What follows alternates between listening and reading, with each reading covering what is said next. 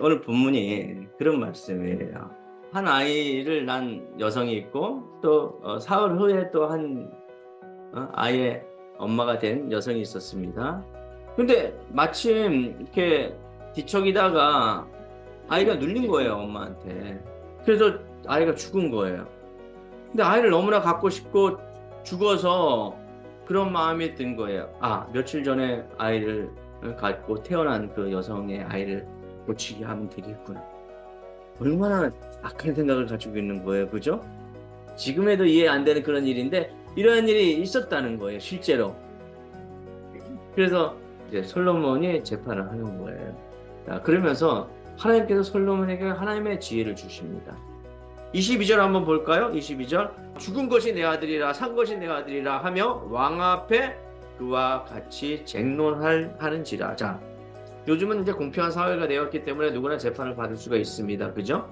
근데 이 당시만 해도 재판 받는 게 하늘의 별따기예요. 재판 받을 수가 없어요. 그런데 두 여인이 와서 재판을 받을 수 있도록 서로 쟁론한다. 서로 자기의 의견을 나누고 잘못된 잘잘못을 가리기 위해서 자기 편에서 변호하는 거예요. 그러니까 하나님의 지혜는 그런 거예요.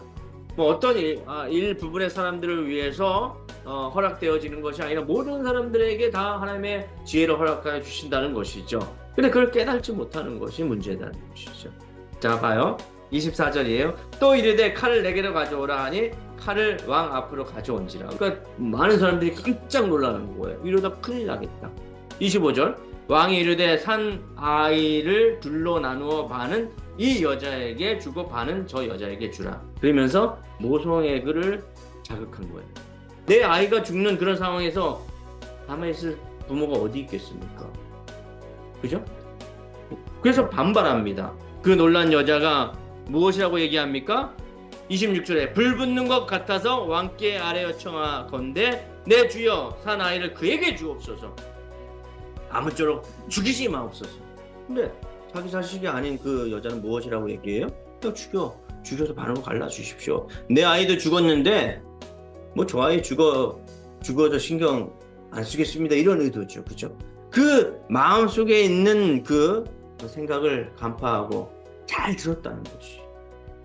그래서 이런 판결을 내릴 수 있었다는 것이죠. 솔로몬에게 허락했던 이 분별의 지혜, 진실을 가려내기 위해 주셨던 이 지혜, 죄 없는 아기가 죽을 수밖에 없었던 이 상황에서 하나님께서 솔로몬에게 주셨던 이 지혜로 우리도 삶 가운데 승리하시길 바랍니다.